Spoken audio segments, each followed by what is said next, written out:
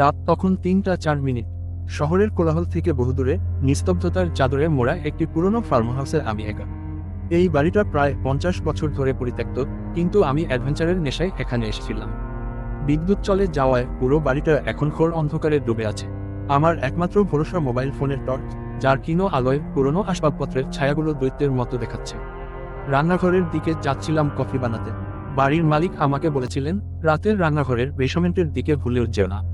ওটা কালো ছাড় ঘর, ওখানে আলো প্রবেশ করে না, আর যে করে সে আর ফেরে না।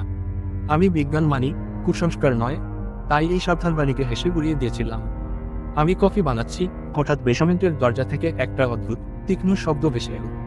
শব্দটা এমন, যেন শুকনো কাঠে কেউ ধারালো কিছু দিয়ে গভীরভাবে আঁচড় কাটছে। শিরদাঁড়ার ভেতর দিয়ে এক হিমশীতল স্রোত নেমে গেল। আমার হাত থেকে কফির মুখটা পড়ে গিয়ে মেঝেতে চুরমার হয়ে গেল।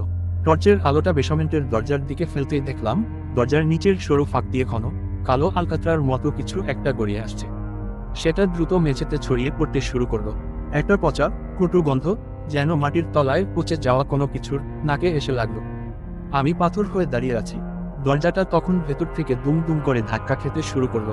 প্রথম ধাক্কাটা ছিল জোরে, দ্বিতীয়টা আরো জোরে, যেন বিশাল কোনো হাত দরজাটাকে ভেঙে ফেলতে চাইছে। কাঠের পুরনো দরজাটা ফেটে যাওয়ার শব্দে আমার কানের পর্দা ছিঁড়ে যাওয়ার জোগাড় হলো। আর সেই কালো তরলটা আমার জুতো ছুঁতে চলল। ভয়ে কাঁপতে কাঁপতে আমি এক পা পিছিয়ে এলাম। ঠিক তখনই দরজার ওপার থেকে একটা চাপা ফ্যাসফেসে গলা ভেসে এলো। স্বরটা মানুষের নয়, যেন বহু শতাব্দীর ধরে কোনো আত্মা আটকে থেকে কথা বলার চেষ্টা করছে। কেন এসেছিস আলো নিয়ে? আমি তোকে ডাকিনি। শব্দগুলো যেন সরাসরি আমার মাথার ভেতরে ঢুকে গেল। আমি দেখলাম, দরজার পাশে রাখা একটা পুরনো ঝাড়বাতি মৃদু কাঁপছে, যেন অদৃশ্য কোনো শক্তি সেটার ওপর ভর করছে। আর সেই কালো তরলটা ক্রমশ আমার দিকে এগিয়ে আসছে। আমি আর এক মুহূর্ত নষ্ট করলাম না। টর্চ এবং কফির মুখ ফেলে দিয়ে উন্মত্তের মতো দৌড়ে বাড়ির সদর দরজার দিকে ছুটলাম।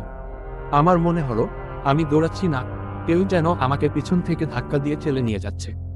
যখন বাড়ির সীমানা পেরোলাম, তখন একবার শেষবারের মতো পেছনে তাকানোর সাহস করলাম। দেখলাম, বেসমেন্টের সেই ছোট্ট ভাঙা জানালা দিয়ে একটা গাঢ় কালো ছায়া হাত বাড়িয়ে আমাকে যেন টেনে নিতে চাইছে। ছায়াটার মুখ দেখা যাচ্ছিল না, কিন্তু তার চোখ দুটো অন্ধকারের রক্তের মতো লাল হয়ে জ্বলজ্বল করছিল। আমি ছুটতে ছুটতে রাস্তায় এসে পড়লাম, তবুও সেই শীতল পচা গন্ধ আর আর্তনাদ আমার পিছু ছাড়েনি। আজও রাত 3টে বাজার আগে আমি ঘুমাতে পারি না। প্রতি রাতে আমার মনে হয়, সেই কালো তরলটা দরজার নিচ দিয়ে গড়িয়ে আসছে, খুব ধীরে, আমার পা ছুতে। আর সেই ফ্যাসফেসে গলাটা আবার জিজ্ঞেস করছে, কেন এসেছিস?